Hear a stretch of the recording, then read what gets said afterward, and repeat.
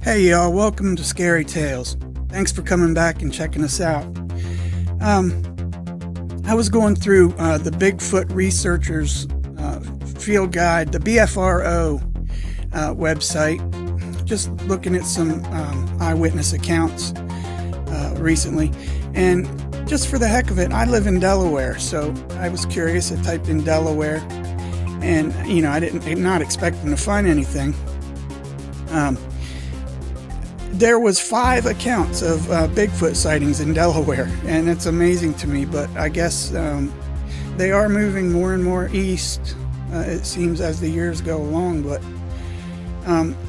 the article was submitted, or the eyewitness account was submitted by John, a guy named John, and it happened on a Thursday evening, January 15th of 2004. It was a late night sighting near a town called Georgetown, Delaware, and that just happens to be where I live right now. And it's in Sussex County, and there's 3 counties in Delaware. Sussex County's all the way at the bottom of Delaware. And it happened on a back road to Route 9, Asbury Road near Del Tech. Asbury Road is a long road that stretches from Georgetown to Laurel. And I have a lot of family that live in Laurel. I saw this being, he said, near Del Tech in Georgetown. And one of the nearest roads, he said, was Old Furnace Road. He said, I observed when I was coming home from a late night class at Delaware Tech, or Del Tech. He said, I usually would take the back road over to Route 9 and get home faster.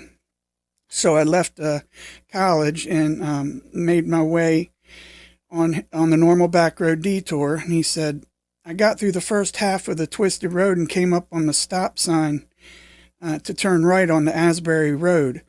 He said, as I did, I turned on my high beams, and I came around a turn that leads to about a quarter mile or a little more stretch of road. About 3/4 of the way down the road, he said, I could make out a figure standing next to a utility pole.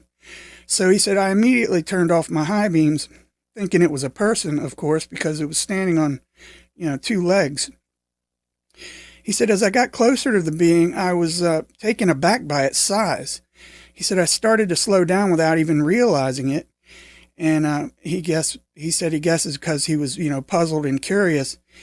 And as he stared, he said he could make out its bottom side and broad shoulders, and it was standing right next to a utility pole with its back facing him.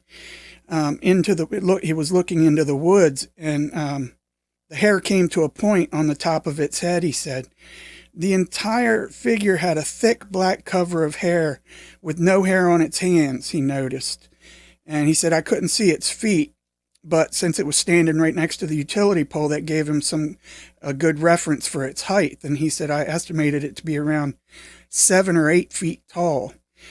I was almost past this creature when it looked at me, and then it looked back into the woods almost as if it didn't even care I was there. Once he made eye contact, he said that the hair on his arms stood completely straight up, and he peeled out of that location. He said, I was confused as to what just happened and couldn't believe that what I had witnessed. He said, it's also hard to comprehend that I have seen a Bigfoot, and it's something that it doesn't even exist.